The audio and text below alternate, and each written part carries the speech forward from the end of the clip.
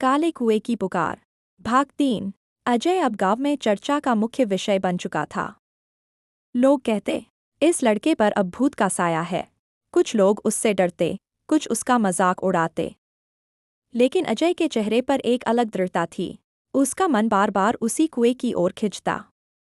जब भी वह पास जाता, पानी से उठती ठंडी हवा उसकी हड्डियों तक को जमा देती। पर अब वह डर के आगे झुकने वाला नहीं था। गांव वालों का विरोध। एक शाम चौपाल पर सब लोग बैठे थे। अजय ने सबके सामने कहा, गांव वालों, शांति निर्दोष थी। हमने उसके साथ बड़ा अन्याय किया है। उसकी आत्मा तभी शांत होगी जब हम सब सच्चाई मानकर उसे सम्मान देंगे। यह सुनकर गांव के बुजुर्ग भड़क उठे। रामलाल मुखिया ने गुस्से से कहा, चुप हो जा अजय। तू एक औरत की चुड़ैल होने की बात को झुठला रहा है। उस औरत ने हमारे गांव पर विपत्ति लाई थी। भीड़ भी मुखिया की हमें हाँ मिलाने लगी। हाँ, वही तो थी जो बच्चों को बीमार कर देती थी। उसके आने से ही फसलें सूख गई थीं। अजय ने दृढ़ स्वर में कहा, नहीं, यह सब अफवाह थी। असली चुड़ैल हमारे अंधविश्वास हैं। मैंने उसकी आत्मा को देखा है, वह निर्दोष है। गांव वालों ने उसकी एक न सुनी और धमकी दी कि अगर उसने फिर कुएं का चक्कर काटा तो उसे गांव से निकाल दिया जाएगा। अजय की खोज। अजय अब चुप रहने वाला नहीं था। उसने तय किया कि वह सबूत ढूंढेगा। वह गांव की पुरानी चौपाल की कोठरी में गया, जहां पुराने दस्तावेज और पर्चे रखे थे।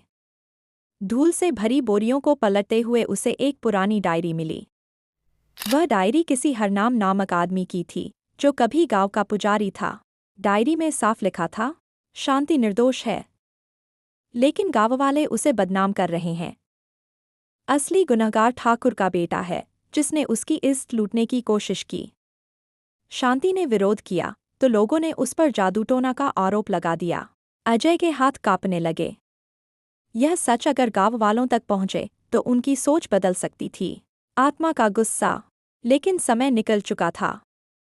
उस रात अमावस्या थी। अंधेरा ऐसा कि हाथ को हाथ न सूझे। अजय को फिर वही सपना आया। शांति कुएं से हाथ बढ़ाकर कह रही है, जल्दी करो, मेरा समय पूरा हो रहा है। अजय नींद से जागा तो देखा, कमरे में चारों तरफ पानी फैला है, जबकि बाहर बारिश की एक बूंद भी नहीं थी। उस पानी में उसका नाम लिखा था, अजय। उसकी रूह कांप गई। उसे लगा आत्मा अब बेचैन होकर उसे भी अपने साथ खींचना चाहती है। कुएं का आतंक। अगले दिन गांव का चरवाहा बकरियों को कुएं के पास ले गया। अचानक उसकी एक बकरी कुएं के किनारे फिसलकर नीचे गिर गई। चरवाहा मदद के लिए चिल्लाया।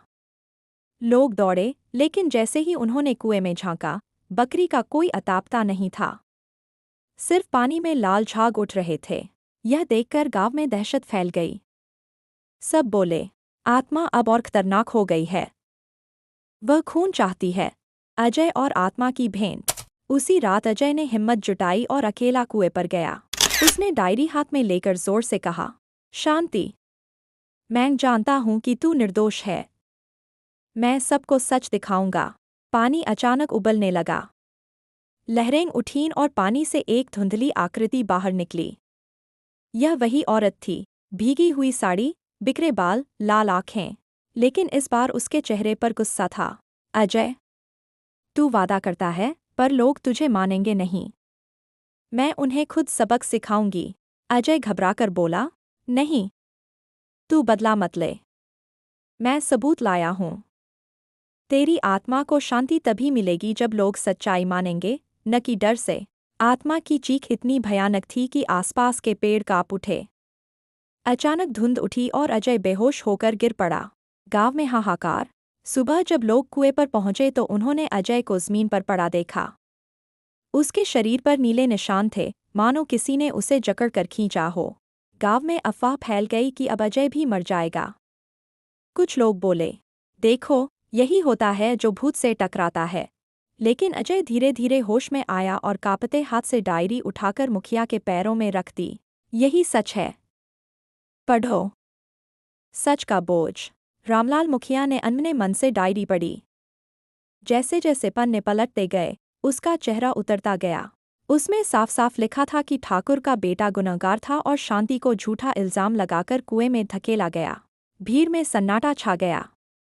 कुछ लोग पछतावे से सिर झुका लिए, लेकिन कुछ अब भी डर और हट में कहने लगे, ये सब झूठ है, ये सब अजय की चाल है। अजय ने चिल्लाकर कहा, अगर तुम लोग नहीं मानोगे तो शांति की आत्मा कभी चैन से नहीं जाएगी और ये गांव तबाह हो जाएगा। आत्मा की चेतावनी। उसी वक्त कुएं से भयंकर चीख गूंजी। पूरा गांव दहल गया।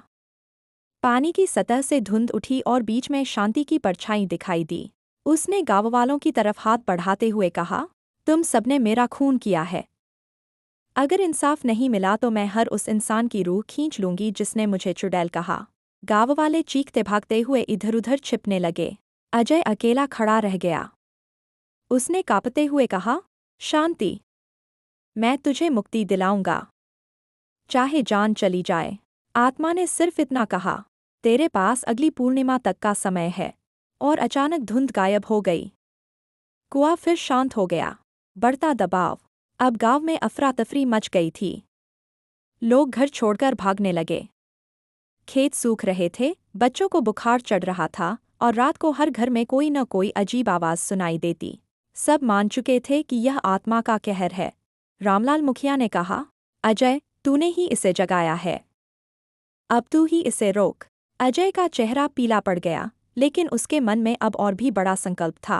भाग 4 आखिरी भाग में आएगा अजय और शांति की आत्मा का अंतिम सामना।